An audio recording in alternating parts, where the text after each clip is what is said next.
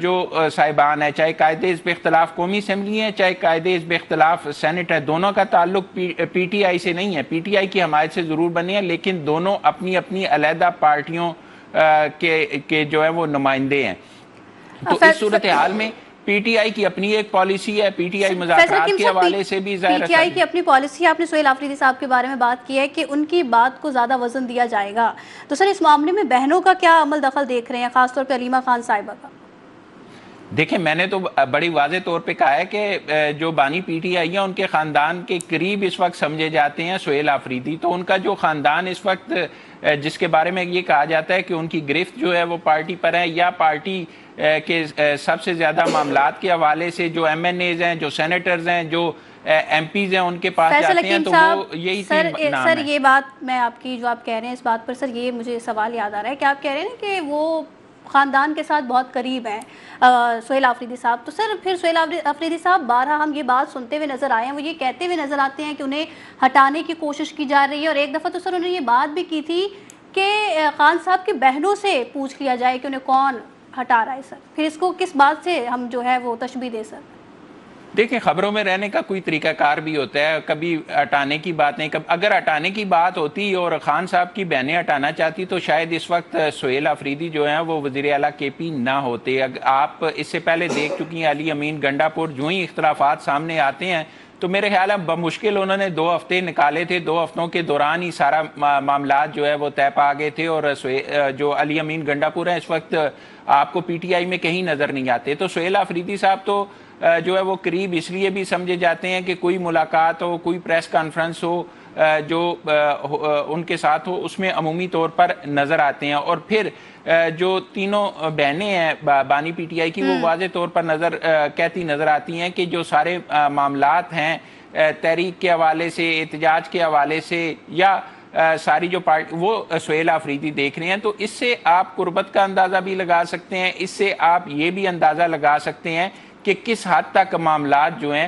وہ ان کے ہاتھ میں ہیں. تو صورتحال جو ہے وہ سہیل آفریدی بیرسٹر گور صاحب کے حوالے سے جو ہے, بیرسٹر گور صاحب کی تو صورتحال یہ ہے کہ بیرسٹر گور صاحب کے حوالے سے نہ تو انہیں کوئی چیئرمین ماننے سے کے لیے تیار تھا. وہ سلمان اکرم راجہ صاحب نے بھی کہا تھی کہ بانی پی ٹی آئی چیئرمین ہے, جو بہنیں ہیں وہ بھی یہی کہتی ہیں کہ بانی پی ٹی آئی چیئرمین ہے. تو بیرسٹر گور صاحب کی جو پوزیشن ہے وہ نسبتاً کمزور نظر آتی ہے, جو وزن ہے وہ زیادہ جو ہے وہ سہیل آفریدی صاحب کے پلڑے میں نظر آتا ہے. اور ان کے ساتھ ساتھ جو سپیکر بالکل فیصل حکیم صاحب, بیرسٹر گور صاحب کے حوالے سے آپ نے بات کی ہے, تو بانی چیئرمین پی ٹی آئی کی جو بہنیں ہیں علیمہ خان صاحبہ نے واضح طور پر بیرسٹر گور صاحب کے حوالے سے باتیں بھی کی تھی کہ جو چیزیں ہمیں پارٹی چیئرمین بیرسٹر گور صاحب سے پتہ چلنی چاہیے تھی وہ ہمیں محسن نقوی سے پتہ چل رہی ہیں. واضح طور پر یہ بات میڈیا پر بھی سر آئی تھی. اعظم ملک صاحب, جس طریقے سے ابھی فیصل حکیم صاحب کہہ رہے ہیں سر, علی امین گنڈا پور صاحب کا جانا, سہیل آفریدی صاحب کا آنا, پارٹی میں بہنوں کا جو کنٹرول ہے, اور اس کے بعد آپ نہیں سمجھتے پارٹی موروثی سیاست کی نظر ہو گئی ہے اعظم ملک صاحب؟ جی شعرا, دیکھیں یہ صورتحال جو ابھی بنی ہے جس کے اوپر آپ نے اور فیصل صاحب نے ڈسکشن کی ہے, یہ ایک میں سمجھتا ہوں کہ ایک پیچیدہ مسئلہ ہے. بنیادی طور پر جو ہوا ہے وہ یہ کہ مراد سعید کی سیٹ کے لیے نیا پارلیمانی بورڈ تشکیل دیا گیا ہے. آپ میرے خیال میں یہی ہے فیصل صاحب, ایسے ہی ہے نا؟ جی سر. میرا خیال ہے اس کا مقصد ہے یہ فیصلہ کرنا ہے کہ اگلے الیکشن یا نشست کے لیے پارٹی کی نمائندگی کون کرے گا. دیکھیے ہم پہلے اس کے اوپر بات کر لیتے ہیں. 2-3 چیزیں اس کے اوپر بڑی اہم ہیں. سب سے پہلی بات تو یہ ہے کہ پارٹی کے اندر جو ایک اندرونی طاقت کی جنگ ہے, اب مختلف گروپس اپنی حمایت یافتہ امیدوار کو آگے لانے کی کوشش کر رہے ہیں. مراد سعید کی سیٹ پر بورڈ بننا ایک ایسا قدم ہے جو پارٹی کی اندرونی صف بندی اور اثر و رسوخ کو ظاہر کرتا ہے. دوسرے نمبر پر یہ ہے کہ پارلیمانی بورڈ کا مقصد یہ ہوگا کہ امیدوار کو چننا ہے اور انتخاب جو ہے عمومی طور پر اس پارٹی نے طے کرنا ہے. جو بھی ایک بورڈ بنا ہے اس میں پارٹی کے موجودہ قائدین, ووٹ بینک اور سیاسی اثر و رسوخ کو مد نظر رکھا جائے گا. اچھا, اس سیٹ کی اہمیت ہے سویرا, آپ یہ سمجھے کہ مراد سعید کی سیٹ جو ہے وہ طریقہ انصاف کے لیے اہم سمجھی جاتی ہے. اس لیے پارٹی اسے مضبوط امیدوار کے ذریعے جیتنے کی کوشش کرے گی. اس سیٹ پر کوئی بھی نیا نام سامنے آتا ہے تو وہ پارٹی کی موجودہ پالیسی, الیکشن حکمت عملی اور ووٹر بیس کے مطابق ہوگا کہ ایک ایسا نام جو مراد سعید جیسا ہو, تاکہ وہ پارٹی کی جو ایک اسٹرینتھ ہے اس کو ساتھ لے کے چلنا شروع ہو جائے. چوتھا جو امکان ہے وہ یہ ہے کہ پارلیمانی جو بورڈ بنایا گیا ہے اس سے یہ اشارہ بھی ملتا ہے سویرا کہ پارٹی شاید مراد سعید کو جو ہے وہ دوبارہ آبویسلی وہ تو دوبارہ نہ امیدوار بنائے، یا وہ خود اندرونی تنازعات، آپ کو پتہ ہے تنازعات ان کے اوپر بہت ہیں، وہ اسکینڈر بھی ہیں، مختلف دوسرے کسی امیدوار کو آگے لائے گی. تو جماعت کے اندر جو پارسن طریقے صاحب کے اندر جو اندرونی توازن ہے، ووٹر بیس مستقبل کی سیاسی حکمت عملی کی بنیاد پر اٹھایا گیا ہے، جو بھی امیدوار میں سمجھتا ہوں آگے آئے گا وہ پارٹی کے سینئر رہنماؤں، جیسے آپ نے بتایا کہ جیسے فیصل صاحب بتا رہے تھے کہ قومی اسمبلی میں اور سینٹ کے اندر جو اپوزیشن لیڈرز ہیں ان کی مشاورت کے ساتھ جو ہے ایک مضبوط ووٹ بینک کا امیدوار سامنے لایا جائے گا. آخری بات جو آپ نے کی اس سے پہلے کہ ان کی بہنوں کا اور مروسی، دیکھیں اس میں تو کوئی دوسری رائے نہیں ہے. دیکھیں عمران خان صاحب کی جو بہنیں ہیں ابھی تک کی جو ساری سیاسی صورتحال کو دیکھیں جب سے وہ جیل کے اندر ہیں، ان کی بہنوں کا ایک ہی موٹو رہا ہے جو مجھے سمجھ آتا ہے، وہ یہ ہے کہ وہ اپنے بھائی کے لیے کسی بھی طریقے سے وہ کیونکہ بہت کنسرن ہے. دیکھیں سب سے زیادہ کنسرن کون ہے؟ جو بلڈ ریلیشن ہے وہی سب سے زیادہ کنسرن ہے نا. وہی وہاں پر جاتی ہیں، رات دن وہاں پہ بیٹھی رہتی ہیں، کبھی دھرنا دیتی ہیں، سردی دیکھی انہوں نے، گرمی دیکھی، ان کے اوپر آپ نے پانی بھی پھینکا، سب کچھ کیا. تو بہنوں کے لیے میں اس وقت یہ بات نہیں کر رہا ہوں، میں ایک بہن اور ایک بھائی کی بات کر رہا ہوں. میں اب چیئرمین دیگر صاحب عمران خان یا عمران خان کی بہن سلیمہ خان کی بات نہیں کر رہا ہوں، میں ایک بہن اپنی میں ایک بھائی اور اپنی ایک بہن کی بات کر رہا ہوں. تو میرے لیے جو میری بہن ہوگی وہ سب سے زیادہ دنیا بھر سے سب سے زیادہ میرے قریب ہوگی اور میں اس کی بات کو سب سے زیادہ امپورٹنس دوں گا.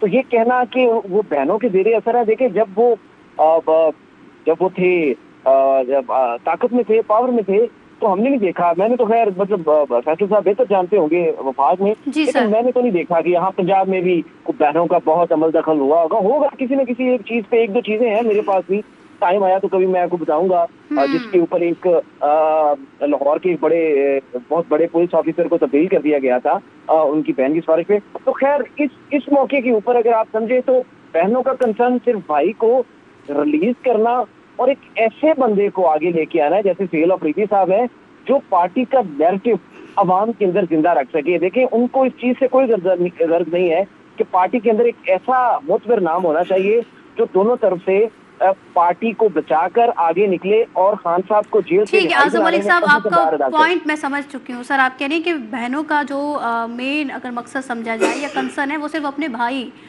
کو جو ہے ان کا کنسرن ہے، علیمہ خان صاحب اور جو بھی ان کی بہنیں ہیں سر. بس ساری سیاست اسی کی ارد گرد گھوم رہی ہے سویرا کہ وہ بندہ ہو جو پارٹی کو لے کے چلے، ہر وقت گلیوں میں، بازاروں میں، محلوں میں رہے، بس یہی ہے ان کا، اور وہ اسی بندے کے ساتھ چلتی ہیں جو یہ کام کرے. جو یہ کام کرے وہ انہی بندے کے ساتھ چلیں گے، جیسے کہ سہیل آفریدی صاحب. امتیاز صاحب، جیسے کہ ابھی اعظم ملک صاحب نے بھی سر ایک بات کی ہے، ٹھیک ہے سر، بھائی اپنی بہنیں جو ہیں وہ اپنے بھائی کو لے کے کنسرن ہے، لیکن ہم یہ دیکھ رہے ہیں نا کہ مفاہمت کے بجائے مزاحمت کا راستہ کیوں اختیار کیا جاتا ہے، اور جو مزاحمت کا راستہ اختیار کیا جاتا ہے اس کے بعد جو بانی چیئرمین پی ٹی آئی کے لیے مزید سختیاں ہم دیکھ رہے ہیں، ملاقات نہ ہونا، یہ بھی تو پھر سر اسی وجہ سے نا جو مزاحمت کا راستہ ان کی بہنوں کی جانب سے اختیار کیا جاتا ہے، جو باتیں اندر ہوتی ہیں ان کو باہر آ کر بتایا جاتا ہے. امتیاز صاحب دیکھیں سویرا، یہ بھی کاپی کر رہے ہیں، یہ کاپی کیا جا رہا ہے مریم نواز صاحبہ کو. مریم نواز صاحبہ کو بھی آپ کو یاد ہوگا مزاحمت اور مفاہمت کی بات کی تھی، اس کو کاپی کر رہی ہے، یہ پی ٹی آئی کاپی کرنے کی کوشش کر رہی ہے. لیکن جب مریم نواز مزاحمت کی فیلڈ میں تھی، بلاول بھٹو مزاحمت کی فیلڈ میں تھے، تو ان کی جو بیک سپورٹ تھی وہ ڈائلاگ کے اوپر کام کر رہی تھی کہ ڈائلاگ کس طرح ہو، کس طرح کس سے کیا کیا بات ہو، کس طرح سے معاملات آگے بڑھے. تو یہ پی ٹی آئی میں یہ چیز دیکھنے میں نہیں آ رہی.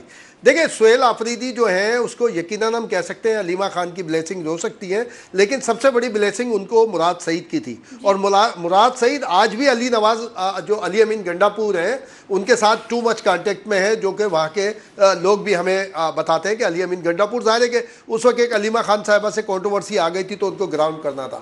ہمیں بشرا صاحبہ کو بھی فراموش نہیں کرنا چاہیے کہ بشرا صاحبہ، فیصل بھائی اس کو مزید کنفرم کریں گے، جو ہمیں جیل کے لوگ یا جو سرکاری جو بتاتے ہیں تو سب سے زیادہ اگر ملاقات میں رہتے ہیں، ویکلی کہیں یا جو بھی ان کو کہیں، سب سے زیادہ ملاقات میں بشرا بی بی بھی ہے.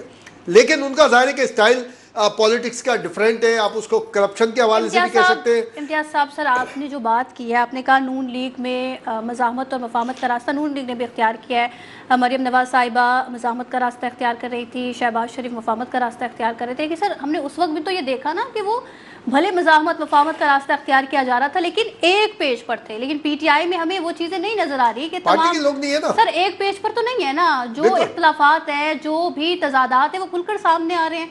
نون لیگ میں تو سر ہم نے یہ سچویشن نہیں دیکھی تھے, اس وقت نون لیگ میں بھی آتے تھے لیکن اس لیول پہ نہیں تھے. جو فیصلہ کن اتھارٹی تھی نا, اب جیسے میاں صاحب لنڈن میں بیٹھے ہوئے تھے تو وہ بہت ساری جگہ پہ انٹروین کر جاتے تھے اور دوسرے لوگ بھی سامنے آ جاتے, تو مشکل وقت میں پولیٹیکل انہوں نے اسٹیپس لیے تھے. P T I political step نہیں لے رہی. اور یہ جو سینٹ کا معاملہ ہے, میں سمجھتا ہوں مراد سعید جس کو نومینیٹ کریں گے وہ آئے گا. مراد سعید کا وہاں پہ اپر ہینڈ ہے, چاہے سہیل آفریدی کی صورت میں کہہ لیں یا اور وہاں کی پالیٹکس کے اوپر کہہ لیں, یا پھر جو طالبان رجیم کے ساتھ ایک انٹریکشن ہے اس کے حوالے سے کہہ لیں آپ, تو وہ میں سمجھتا ہوں کہ مراد سعید کو بھی ہمیں سامنے رکھنا چاہیے کہ مراد سعید جس کو ریکمینڈ کریں گے وہ وہاں پر آئیں گے. اور اچھا اگر یہ الیکشن ہو بھی جائیں گے تو کیا فرق پڑتا ہے, مراد سعید بھی جیت گئے تھے تو کیا ہوا تھا. جب تک پی ٹی آئی اپنی اسٹریٹجی ہے اس کو پولیٹیکل نہیں کرے گی, جب تک پولیٹیکل نہیں کرے گی میں نہیں سمجھتا کہ کوئی کامیابی ہوگی. اچھا یہ کمزوری نہیں ہے یار, اسٹیبلشمنٹ سے نواز شریف سے زیادہ لڑے آپ. نواز شریف کے 3 اسٹیبلشمنٹ سے معاملات ہوئے لیکن ان کے ساتھ بات بھی, اور شہید رانی محترمہ بینظیر بھٹو جس وقت یہ متحدہ عرب امارات میں جب ہوئی تھی تو ہمارے جو حافظ حسین احمد تھے سب سے پہلے انہوں نے بتایا تھا, نذیر لغاری صاحب اور میں ان سے ملنے گئے تھے, انہوں نے ساری صورتحال بتا دی تھی. اس کے بعد شیخ رشید تھے جن کو بہت زیادہ پتہ تھی. تو شہید رانی محترمہ بینظیر بھٹو جیسی شخصیت آصف زرداری کے ساتھ وردی کے اندر اس سے پرویز مشرف سے بات چیت کر رہی تھی کہ کس طرح سے ڈیموکریسی ریسٹور ہوتی ہے. اس کے بعد وہ اس کو اس نہج پر لے آئی پرویز مشرف کو کہ اس کو وردی اتارنا پڑ گئی. لوگ بولتے ہیں بارگننگ کی, یہی عمران خان بار بار کہتے تھے اور ڈیل کر کے آئیے ڈیل, اور ڈیل اس کی وردی کے بات کی تھی, وہ ڈیموکریسی کو ریسٹور کرانے کے لیے کی تھی. یہ پی ٹی آئی سمجھ نہیں رہی اس معاملے کو. اچھا وہ صرف یہ نہیں کہ نیچے ٹاپ ٹو باٹم یہی صورتحال ہے کہ جب تک گالیاں نہ دو مخالفین کو, جب تک برا بھلا نہ کہو تو وہاں پہ پی ٹی آئی کی ممبرشپ آپ کی فوکس نہیں ہوتی. ہم جب کوئی اس طرح کی بات کرتے ہیں پرسنل بھی تو کہتے ہیں نہیں یار یہ تو آپ لوگ تو اس طرح بات کر رہے ہیں, اسٹیبلشمنٹ کے پیرول پہ بات کر رہے ہیں. ہم نے کہا یار ہم پہ جو بھی الزام لگاؤ آپ تو نکلو ادھر سے.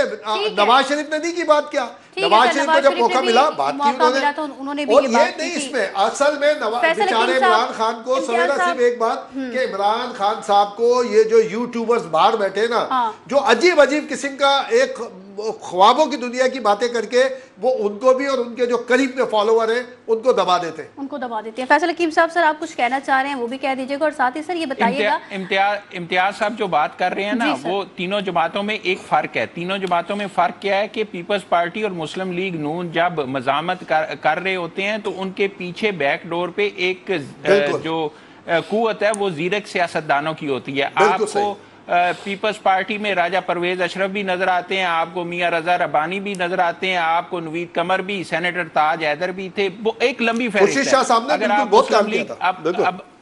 اگر آپ مسلم لیگ نون کی طرف آتے ہیں تو وہاں پر بھی آپ کو راجہ ظفر الحق جیسی شخصیت ملتی ہے, آپ کو مشاہد اللہ جیسے نام نظر آتے تھے, آپ کو جو رانا ثناء اللہ ویسے نام نظر آتے تھے. وہ ایک بیان بازی والی اور مزاحمت والی جو قیادت تھی وہ ہوتی تھی, ایک وہ ہوتی تھی جس نے سارا ایک بیانیہ بنانا ہوتا تھا, مذاکرات کرنے ہوتے تھے اور اس عمل کو آگے لے کے آنا تھا. یہ فقدان نظر آتا ہے پی ٹی آئی میں. پی ٹی آئی صرف مزاحمت پہ چل رہی ہے اور مزاحمت بھی صرف ایک شخص کے لیے کی جا رہی ہے. اس میں وہ اس طرح کا بیانیہ نظر نہیں آتا کہ مذاکرات کی طرف سے صورتحال کو بہتر بنایا جائے اور اس طرف چلا جائے جس سے جمہوریت. آپ یہ دیکھیں کہ چاہے میاں نواز شریف تھے یا محترمہ بینظیر بھٹو تھی, ان دونوں کے ایگزائل کے دوران بھی بدترین حالات میں بھی کیا مسلم لیگ نون یا پیپلز پارٹی اس سارے جو جمہوری عمل تھا اس سے باہر ہوئی؟ کبھی بھی نہیں ہوئی. اور انہوں نے اس وقت بھی جو آپ یہ کہہ دیں کہ حزب اختلاف کا کردار تھا وہ بھرپور طریقے سے ادا کیا. مخدوم امین فہیم کا نام آپ کے سامنے ہے, کیسی کیسی پیشکش ہوئی لیکن انہوں نے جو پارٹی کی عادت تھی اس کے مطابق وہ چلے، اور اس وقت 5 سال جو اپوزیشن تھی وہ ان دونوں پارٹیوں نے کی. فیصل حکیم صاحب، سر علیمہ خان صاحبہ کے حوالے سے آپ نے پہلے بھی سر بات کی تھی، کوئی عہدہ ملا ہے پارٹی میں علیمہ خان صاحبہ کو؟ کیونکہ ہم دیکھ رہے ہیں مفاہمت اور مزاحمت کا جو راستہ اختیار کیا جا رہا ہے وہ علیمہ خان صاحبہ کی جانب سے ہی کیا جا رہا ہے، اور جو پارٹی کے فیصلے بھی ہم دیکھ رہے ہیں، خاص طور پہ آپ نے بھی یہ بات کوٹ کی ہے کہ علیمہ خان صاحبہ ہی کر رہی ہیں، تو کوئی عہدہ ان کو مل گیا یا کوئی عہدہ حاصل کرنے کی وہ کوششیں اب بھی کر رہی ہیں فیصل حکیم صاحب؟ دیکھیں، عہدہ تو ان کے پاس کوئی نہیں ہے، لیکن جو بھی ایم این ایز جاتے ہیں، ایم پی جاتے ہیں، سینیٹرز جاتے ہیں، وہ ان کے پاس جاتے ہیں، سارے جو پریس کانفرنسز ہیں اس میں ان کے ساتھ کھڑے ہوتے ہیں. تو یہ ساری کی ساری چیزیں جو ہیں وہ ان کی پارٹی پر گرفت کو بڑی واضح طور پر بتاتی ہیں. احتجاج کے حوالے سے پالیسی بنانی ہو یا کوئی ملاقات کے حوالے سے صورتحال سامنے آئے، وہ ہر جگہ پہ آپ کو نظر آ رہی ہیں. تو حقیقت میں جو پارٹی ہے وہ ان کے گرد اس وقت گھومتی ہوئی نظر آ رہی ہے. جو پالیسی ہے، جو آگے کے مستقبل کی سیاست ہے، اس حوالے سے ان کا کردار اہمیت کا عامل ہے، چاہے عہدہ ہے یا نہیں ہے. عہدہ ہے یا نہیں ہے، ٹھیک ہے.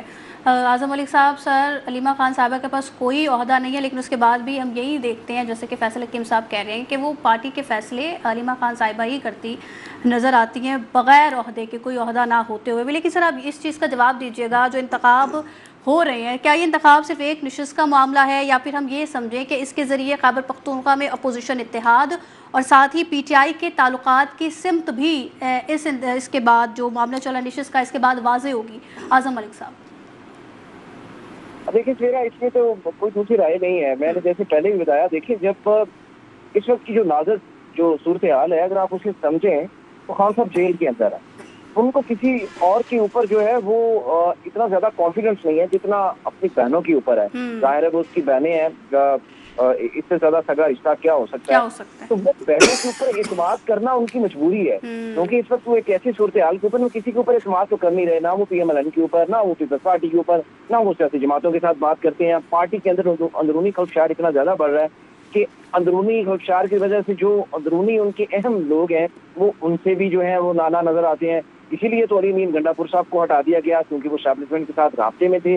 خان صاحب اس وقت ایک نرکسیت کی سی صورتحال کے اندر پھنس چکے ہیں کہ ان کو اپنی بہنوں کے سوا کوئی اور دکھائی نہیں دیتا جس کے ساتھ وہ ایک ایسی چیز ڈسکس کر لیں کہ پارٹی کو لے کے چلنا ہے. دیکھیے، پولیٹیکل پارٹی کا مطلب یہ نہیں ہوتا کہ پولیٹیکل پارٹی اگر برسر اقتدار نہیں ہے تو وہ بندوق اٹھا لے گی. آپ تو یہ کر رہے ہیں کہ چونکہ آپ کو اقتدار نہیں ملا تو آپ کہتے ہیں کہ سارا سسٹم ہی تلپٹ ہو جائے، ساری دنیا ہی مر جائے، اور صرف میں جو ہے وہ کلّا ہی جو ہے وہ مرزا رانجھا یار گلیوں میں پھرتا رہے. ایسے نہیں ہوتا.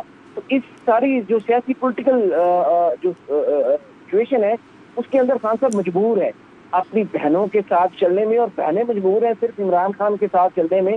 ان کو اصل میں اس کی دو رائے ہو سکتی ہیں، چونکہ اب وہ خان صاحب کے قریب ہیں، خان صاحب ان کے اوپر ٹرسٹ کرتے ہیں، تو وہ اسی لیے ہو سکتا ہے وہ پارٹی کے معاملات کو آگے چلانے کے لیے انہوں نے پولیٹیکل لیوریج لے لی، اور وہ پارٹی کے جو اندرونی معاملات ہیں ان کو آکوپائی کر کے پارٹی کے اوپر قبضہ کرنا چاہ رہی ہوں. لیکن یہ ایک اسکول آف تھاٹ ہے، میں ایسا نہیں کہہ رہا ہوں، لیکن صورتحال کچھ ایسی ہے سویرا کہ وہ عمران خان صاحب اپنی بہنوں کے ساتھ کہیں اور جا نہیں سکتے. اس لیے بہنیں جو اچھا یا برا جس بھی پولیٹیکل لیڈر میں پارٹی کے اندر یا باہر سے ان کو بتاتی ہیں وہ اس کے اوپر عمل کرتے ہیں. آپ نے دیکھا نہیں، آگ کے معاملے کے اوپر ساری چیزیں کھل کے واقعہ سامنے آ گئی کہ ایسا کچھ بھی نہیں ہے، پرابلم ہے، اس کی ٹریٹمنٹ ہوئی، ساری چیزیں ہوئی. جو گورنمنٹ تھی اس نے اپنی اطلاعات سے پڑھ کر ان کو جو ہے ان کا علاج کروایا، لیکن اس کے باوجود یہ کہا گیا کہ آنکھ ضائع ہو گئی، کیونکہ بہنیں بتا رہی تھی کہ آنکھ ضائع ہو گئی، وہ تو یہ ہو گئے، وہ تو کتنا آپ نے وہ دیکھا ہوگا، ہم نے اس کے اوپر پروگرام بھی کیا کہ کتنا بڑا نیریٹو کھڑا کر دیا اور بیچ میں سے نکلا کچھ بھی نہیں.